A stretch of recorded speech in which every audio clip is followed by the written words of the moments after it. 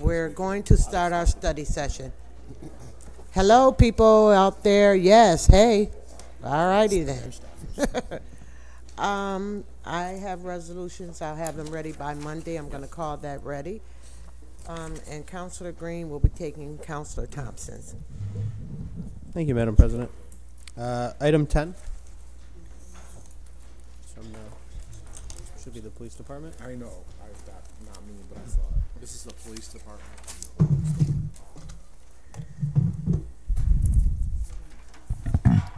Good afternoon. I'm First Deputy Chief of Fire Evans with City Fire. Do you want to just give us a brief overview of what we'd be using it for? Sure. Centro reached out to us and we reached out to them. On occasion we have incidents where it's a long-term incident or there's a temperature deficit below zero for a long period of time that our firefighters and sometimes civilians are kind of stuck outside with no place to get out of the elements. On occasion, Centro has provided us with a bus on a temporary basis. It takes a long time to get that bus on to the location, and this was an agreement that they would donate this to us. We would keep it over at our maintenance and training division and plugged in so that as we need it, if there's an emergency scene or something of that nature, we could transport it over there and have a location to basically rehab and keep citizens out of the conditions. Okay. Any questions? Thanks. Thank you. Thank you. Thank you. All right. Item 11 is for cameras. Is there anyone here from the police department?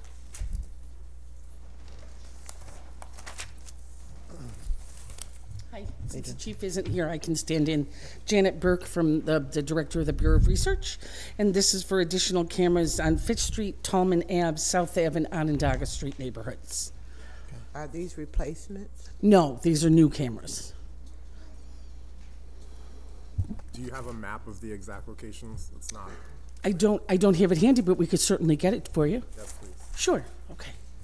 Does this also include the, I know there are a lot of auxiliary costs involved with cameras, like the storage and does this cover the other aspects of the camera or just the cameras themselves? Well, this is the cameras and the installation. These are outdoor cameras, so it does cover the cameras and the installation. Will there be additional costs regarding like where the film is stored, et cetera, et cetera? No, I think this is just the regular cameras that they keep on a 30-day loop.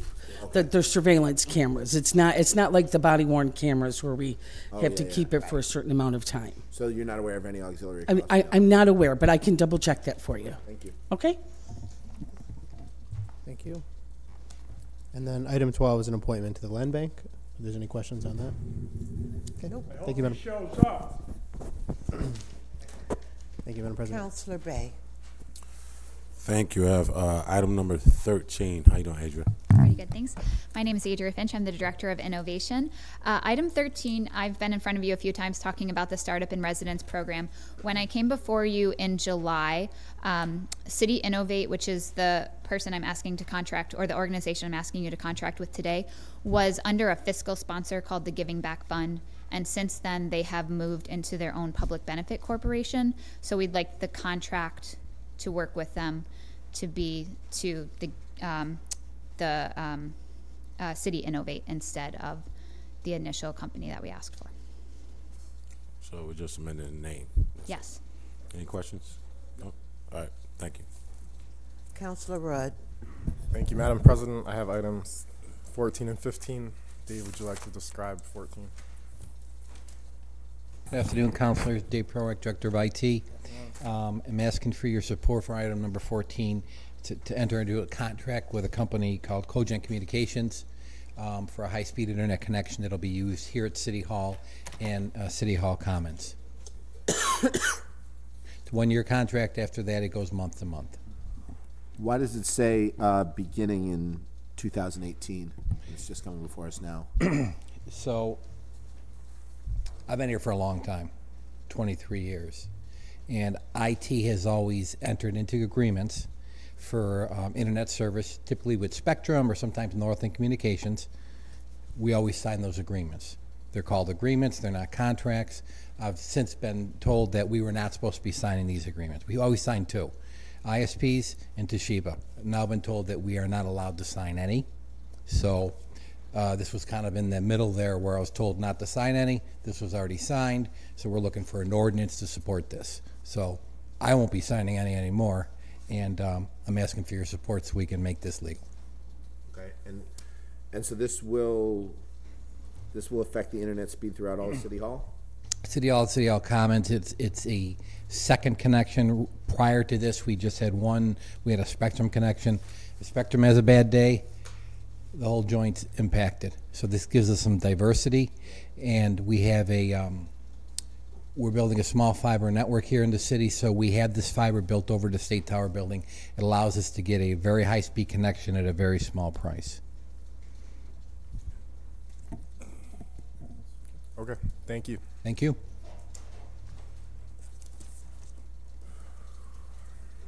Dave, would you like to do 15? Good afternoon, councilors. David Clifford with the Assessment Department. These are roll corrections, corrections to the mostly to the 2018 county bill, but also the 17 or the 18-19 city school bill. If you have any questions, I'll be happy to try to answer them. Any questions? We're good? Okay, we're ready. Thank you. Thank you. Councilor Green. Thank you, Madam President. Good afternoon, councilors. Items 16 through 21 really deal with the Dormitory Authority grant that we received for $10 million. Item 16 is amending our agreement with DASNY for an $8 million project for the two Dig Once projects, which are going to be on North Beach from Butternut to Hawley and on Butternut Street from Hillside Street to the Butternut Circle, including the Butternut Circle. Do you want to just give a brief overview of the type of work that's going to be done part of that? Dig Once philosophy is basically we're going to be replacing all the utilities below the street and totally reconstructing the street from curb to curb. So this will include the water mains, the sewer mains. If the sewer main is eligible for a lining versus a reconstruction, depending on its condition, we would consider lining it. But other than that, they will be replaced. Yeah, look, I think the project's great. I love the idea of Dig Once. I'm glad that we're finally actually getting to complete this project. I guess my question is, in regards to Butternut Circle, I mean, I get a lot of complaints about the layout of it. What exactly are the changes that we're making to it? That's something we're going to have the engineer look at, is to reconfigure that circle. So the work does include that.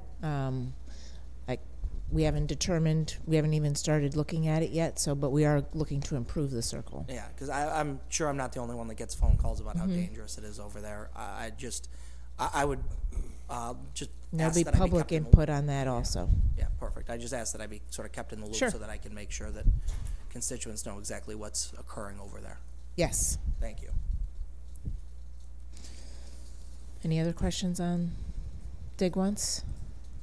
So item 17 is the bond ordinance for $8 million. Item 18 is the authorization to proceed on the two projects, North Beach Street and Butternut Street. Item 19 is an approval authorization to enter into an agreement with Barton and LaJudas for the excuse me, the Butternut Street project. This is the design services fee for $319,000, not to exceed. We would be coming back to you for the construction inspection once we have the design completed and know what the construction will entail. Similarly, item 20 is the agreement with GHD for the design services for the Beach Street project. Total cost not to exceed $291,600. Any questions on that? Yeah, sorry, I don't know if you said at the beginning. Could you explain everything that's going to be covered in the Dig Once? Like, Dig Once is going to include replacing the water mains, the sewer mains. If the sewer main is eligible to be lined instead of replaced, we'll consider that. We have to investigate the condition of the sewer, and then we will be totally reconstructing the road, 23-inch section of stone and asphalt and curbing. do we communicate with National Grid when their contractors come in and do that dig up 4-foot trench thing to make sure they're not going to do that in that I have space? emailed National Grid, and they have recently replaced the mains in these sections, so they don't need to be replaced, but we do need to coordinate the work with them due to the depending on the proximity of their mains with our sewer and water. So, but they have replaced the mains with PVC, so yes, we will be coordinating work with them and other utilities that might be in the right of way also. Anything else on those questions? Okay. You want to talk about 22? 22 is the one of our TIP projects, the West Onondaga Street Bridge over Onondaga Creek. We're asking to amend our agreement with Barton LaJudas to add the construction inspection phase for a fee not to exceed $137,000. So that brings their total fee not to exceed $259,000. This project is going out to bid this spring and will be constructed this summer. Oh, Marcia, tell me. This is Bridge of New York, so it automatically gets 95% funded. Okay, thank you. And item 23, do you want me to go over that, or? Yes. Yeah, we can go ahead. This is requesting to rescind General Ordinance 23, which is the telecommunication and franchising license procedure that we implemented in 2017. We had a study session a couple weeks ago regarding the FCC, Federal Communication Commission order, which became effective and binding on local governments as of mid-January. So our ordinance is in conflict with the FCC order. So at this point, we're looking to rescind that ordinance. Any other questions on that? When is the new, is the federal stuff coming in, is it already in place, or is It was in place January 14th of this year. Okay. Thank you. Thank you. Thanks. Item 24 is an appointment of John Capanis to Okra. Can anybody attest to his character? All righty, and Thank you, Madam President. you. Councilor Carney. Thank you, Madam President. I have items 25 through 31. Somebody from the Parks Department that wants to just walk us through. Good afternoon, Jimmy Oliver, Deputy Commissioner of Parks and Rec and Youth Programs. 25, to accept an in-kind donation for 2 adaptive Nordic skis from Fitness Inclusion Network, valued at $5,400. Do we currently have any, like any adaptive Nordic skis currently, or is this a brand new thing that we're going to be offering? This is a brand new thing. Okay, great. 26, to accept a donation from Price Chopper for $2,900 for our special events department.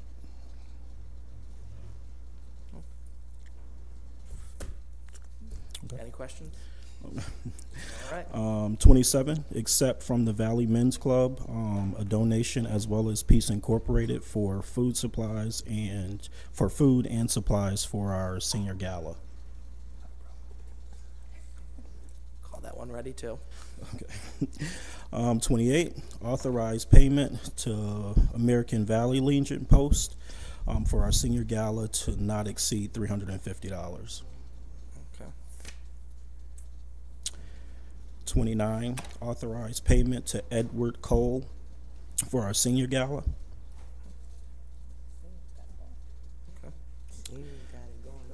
All right. Okay.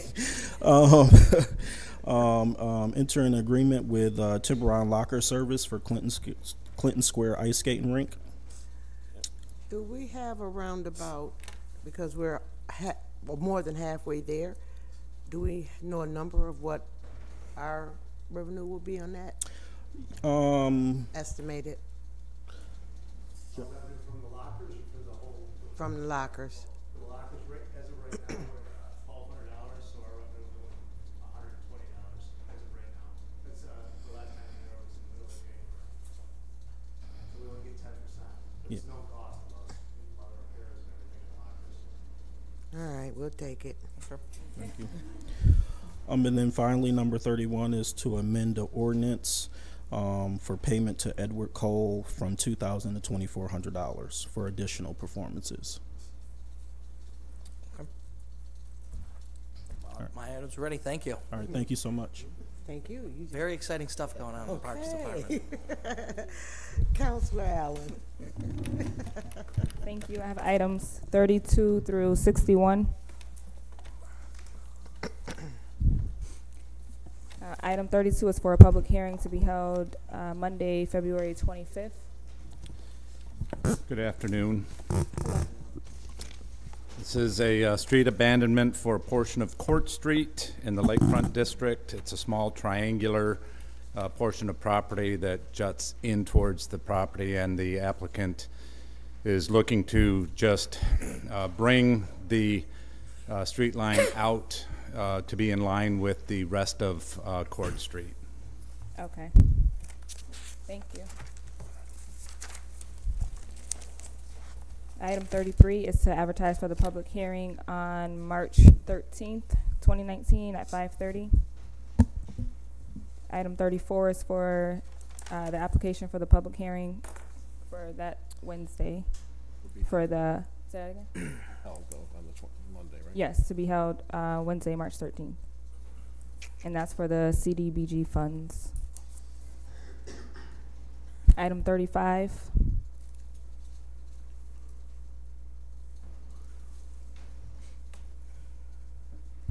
Good afternoon, councilors.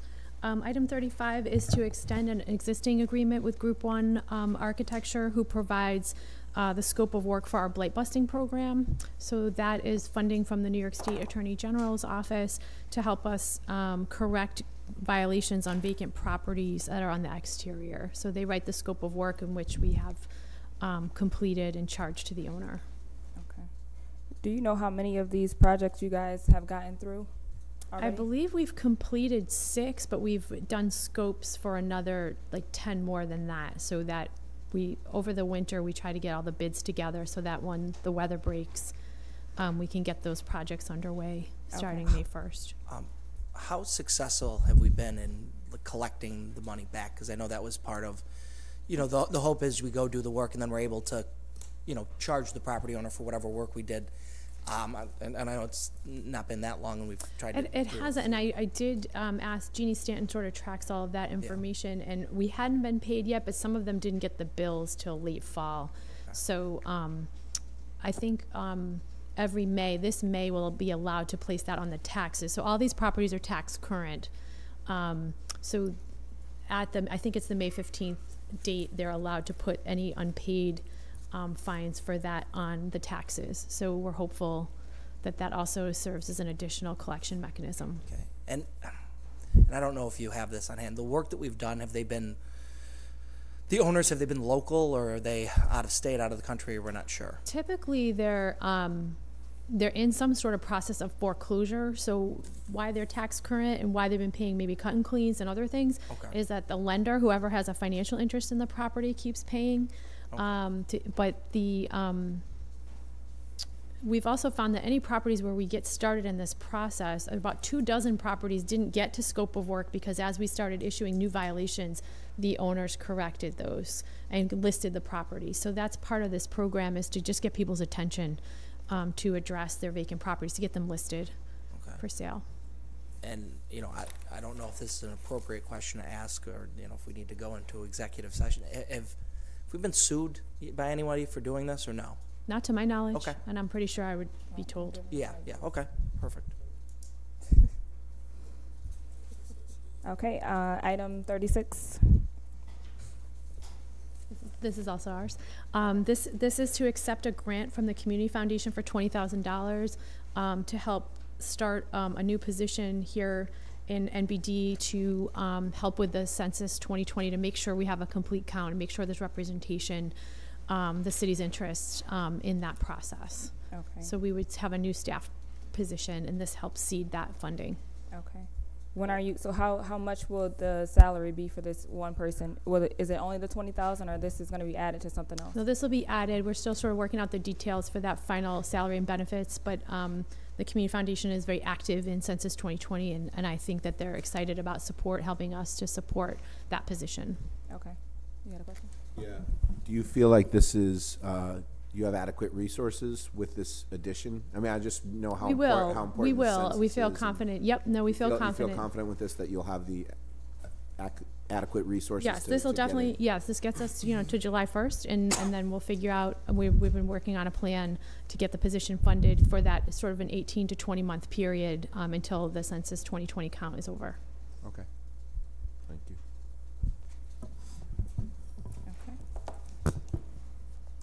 Thank you. Item 37 is to appoint Pat Hogan to the Land Bank. Any? Okay. Item 38. No comments? No, Chad just bobbing his head. We're good. We like Pat.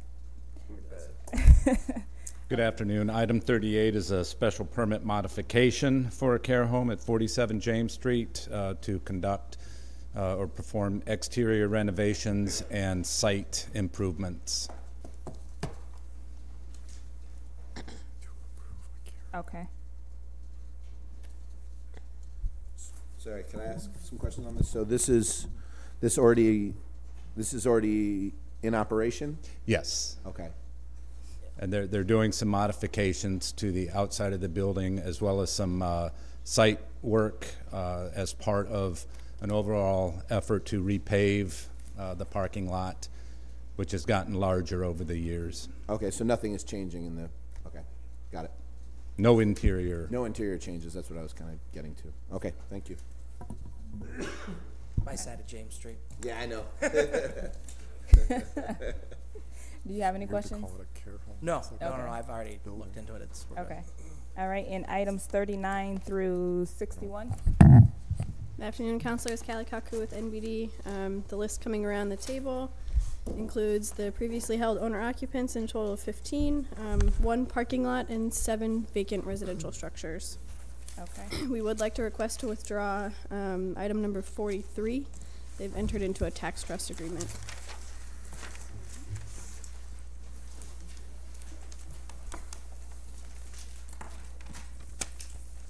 So you said withdraw item 43, correct? Correct. Okay.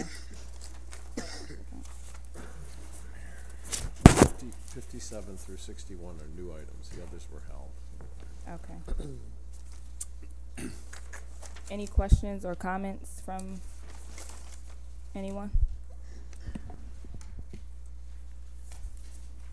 No, I'll let you know on Monday. Okay. If we're moving any of mine. Councilor Ryan? The ATFS lawsuit, what happened with that? Is that over? Is that done? Yeah, we're cleared, and so some of those properties are appearing before you now.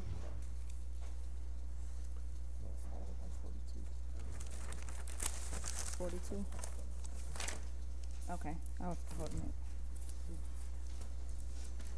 All right, so we'll hold 39 through 42, and 43 was withdrawn, or will be withdrawn. And then we'll hold 44 through 61. Okay, if there's anything I can clear up, let me know. And then you guys, over the next few days, I would just encourage you to reach out to the owners and see if we can have some communication with them. And then that way you guys can let me know what you want to do on Monday. Okay. Thank you.